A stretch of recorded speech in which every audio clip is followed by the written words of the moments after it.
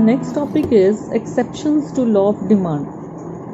As a general rule, general conditions में demand curve slopes downwards, showing the inverse relationship between price and quantity demanded. See, in law of demand, we always talk about an inverse relation between price and quantity demanded, and demand curve always slopes downwards. ये जो demand curve है ये हमेशा left to right downward sloping होता है. ये general rule है जो हम हर टॉपिक में रीड करते हैं. This is downward sloping. Now the question is, ऐसा कब होता है जब ये जनरल बातें अप्लाई ना हो.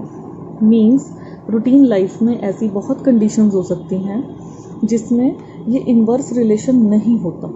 पॉजिटिव ही हो जाए, या तो बढ़े हुए प्राइस पे ही कंज्यूमर ज़्यादा खरीद ले, या कम प्राइस पर भी चीज़ों को ना खरीदे या कम खरीदे. ऐसा कब होता है? ऐसी चीज़ों को हम क्या बोलते हैं? Exceptions to law of demand. Means in certain special circumstances, कभी कभी कुछ कंडीशंस ऐसी हो जाती हैं कि रिवर्स हो जाता है. Means rise in price may increase the demand. तो दीज सर्कमस्टांसेस, ये जो स्पेशल कंडीशंस हैं, इन्हीं को हम exceptions to the law of demand बोलते हैं. First point is Giffen goods. Now what is Giffen goods? Giffen शब्द का कोई मतलब नहीं है. ये कंसेप्ट सर रॉबर्ट गिफन ने दिया था, इसलिए उनके नाम से ही ये गिफन गुड्स हैं.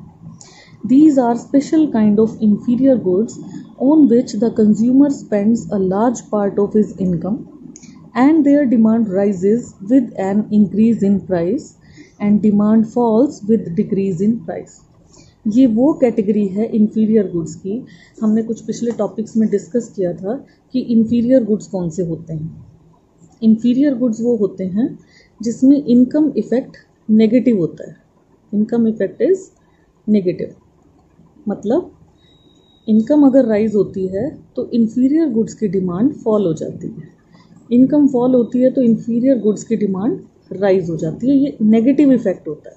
अब इन्फीरियर क्योंकि लो क्वालिटी का प्रोडक्ट है, इसलिए बढ़ी हुई इनकम पे हम उसे कम खरीदते हैं और कम इनकम पे हम उसे ज़्यादा खरीदते हैं. अब ये जो गिफन गुड्स हैं ये इसी इन्फीरियर की एक टाइप है.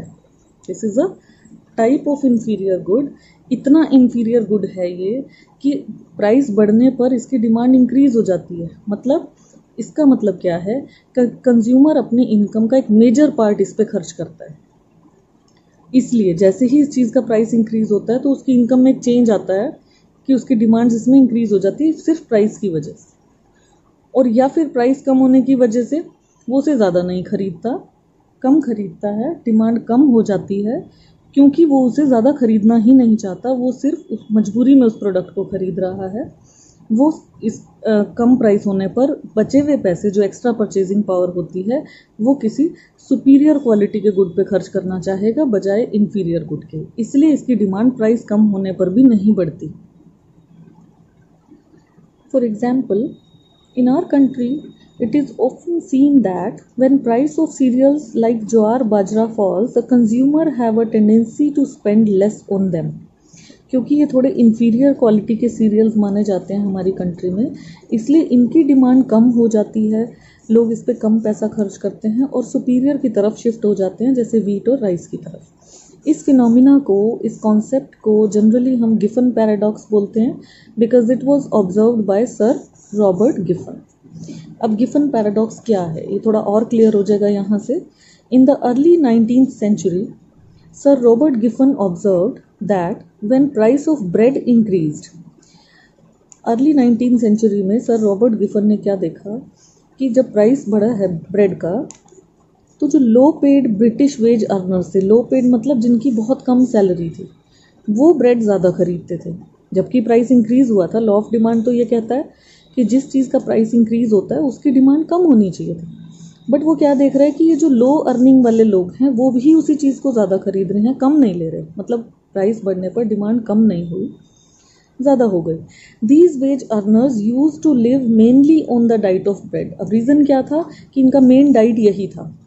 सो with rise in its price, जैसे ही इसका प्राइस बढ़ा, they were forced to cut down their consumption of meat and other expensive food items, कि इन्होंने क्या किया, जैसे ही प्राइस बढ़ा, अब ये तो उनकी मेन डाइट थी, तो दूसरी चीज़ों को की कंजम्पशन उन्होंने कट डाउन कर दी.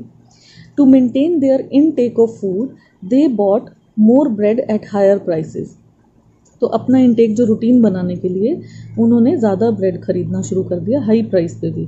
तो ये इस कॉन्सेप्ट को गिफन पैराडॉक्स कहा है, as it went against the law of demand. क्योंकि लॉ ऑफ डिमांड में तो प्राइस कम होने पर डिमांड इंक्रीज होनी थी, बट ये तो प्राइस बढ़ने पर डिमांड इंक्रीज हो गई.